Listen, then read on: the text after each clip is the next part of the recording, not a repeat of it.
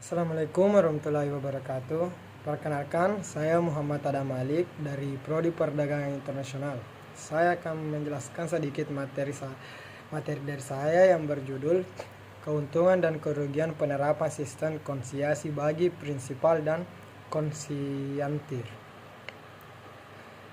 Tanpa berlama-lama, kita langsung saja masuk ke materi. Yang pertama, keuntungan dan kerugian sistem konsiasi. Sistem konsiasi adalah kesepakatan antara prinsipal dan konsiatir, di mana barang dititipkan untuk dijual. Hal ini memiliki keuntungan dan kerugian bagi kedua belah pihak yang perlu dipahami dengan baik. Selanjutnya,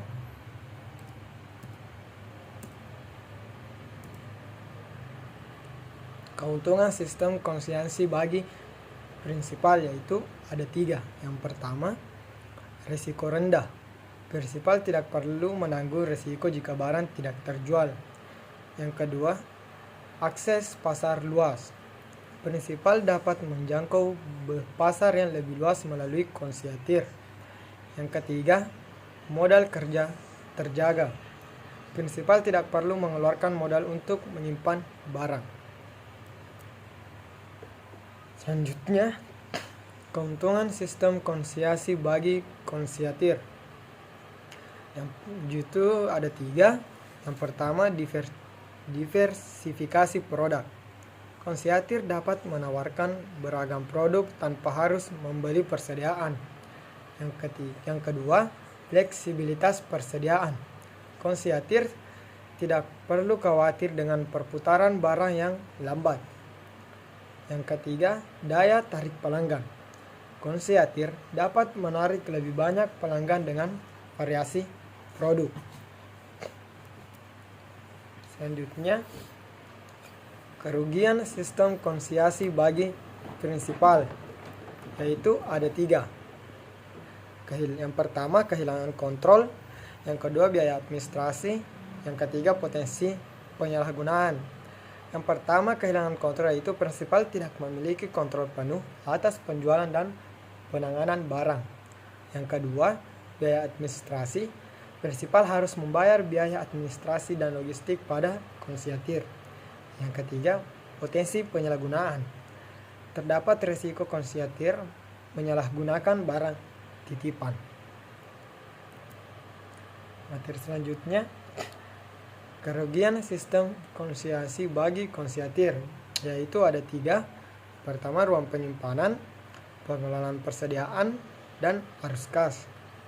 Ruang penyimpanan adalah konsiatir harus menyediakan tempat untuk menyimpan barang titipan. Sedangkan pengelolaan persediaan, konsiatir harus mengelola persediaan barang prinsipal. Yang ketiga, arus kas. Konsiatir harus menunggu pembayaran dari penjualan barang.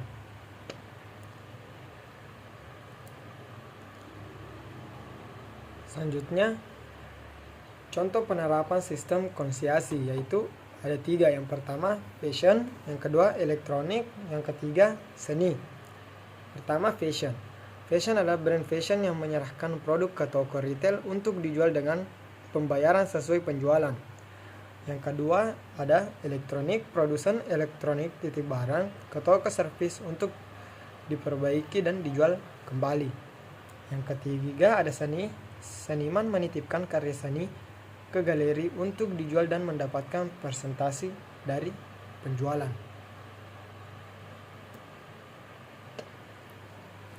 Adapun tantangan dalam penerapan sistem konsiasi juga ada 3.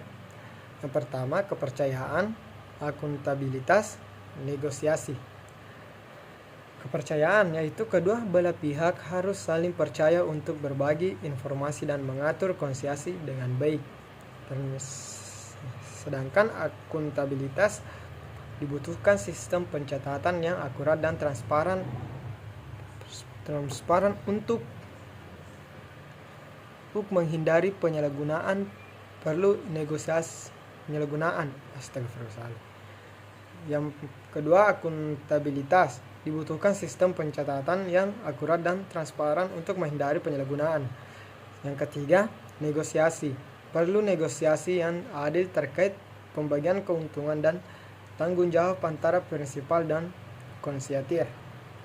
Dan ada pula aktivitas diagram pada samping tersebut.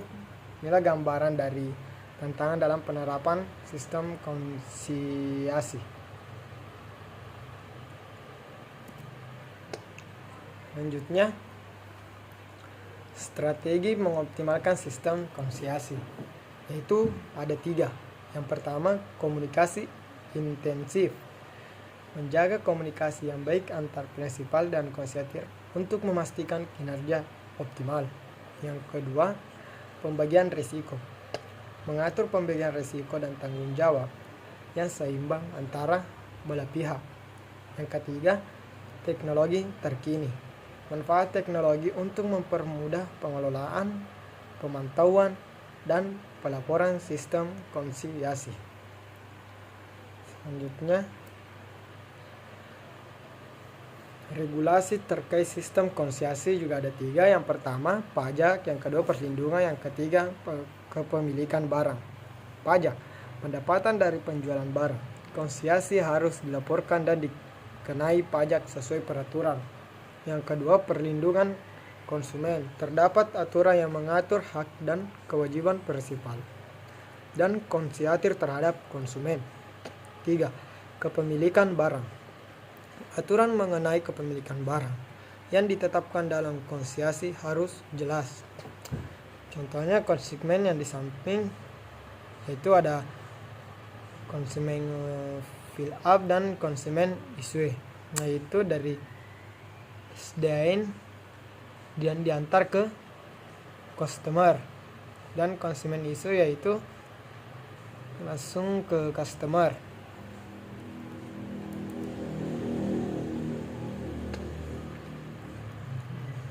Selanjutnya, keuntungan bagi prinsipal yaitu ada 3. Risiko persediaan berkurang, jangkauan pasar meningkat, arus kas meningkat. Yaitu risiko persediaan berkurang, prinsipal tidak perlu khawatir dengan biaya penyimpanan dan risiko. Sedangkan jangkauan pasar meningkat, prinsipal dapat menjangkau pasar yang lebih luas melalui jaringan konsiatir.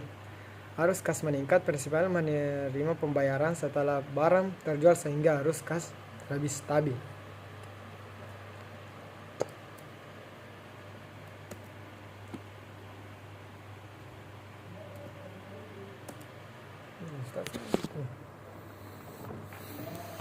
Selanjutnya, keuntungan bagi konsiatir yaitu ada 3.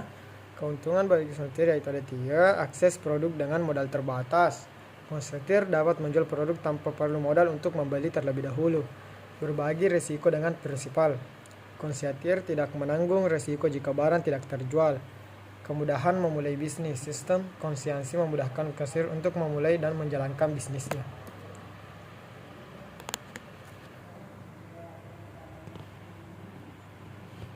Selanjutnya, kerugian bagi prinsipal, yaitu yang pertama, kontrol terbatas atas penjualan.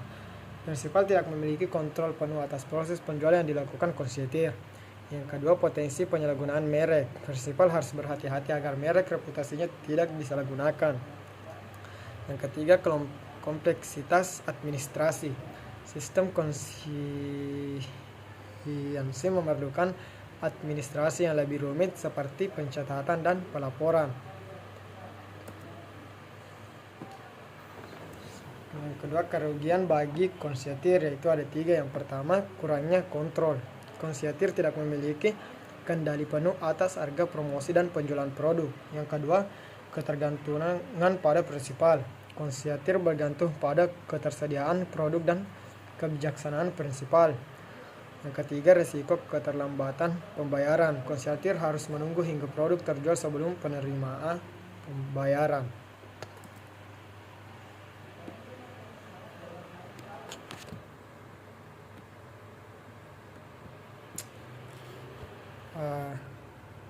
Adapun sistem konsiasi dan perannya dalam bisnis, yaitu sistem konsiasi adalah sebuah mekanisme di mana prinsipal atau pemilik produk mempercayakan barangnya untuk dijual konsiatir, yaitu pihak penjual, dengan pembayaran yang dilakukan Setelah barang terjual, sistem ini dapat memberikan manfaat bagi kedua belah pihak dalam menjalankan bisnis. Adapun kesimpulan dari materi saya ini, sistem konsinyasi memberikan keuntungan dan prinsipal dan konsiatir, tetapi juga memiliki tantangan yang harus dikelola dengan baik. Keberhasilan penerapan sistem ini tergantung pada komunikasi yang efektif, pembagian tanggung jawab yang jelas, dan saling percaya antar kedua belah pihak. Mungkin itu materi dari saya. Maaf jika banyak kesalahan kata atau yang lain-lainnya. Saya tutup dengan wabillahi taufiq wal hidayah. Wassalamualaikum warahmatullahi wabarakatuh.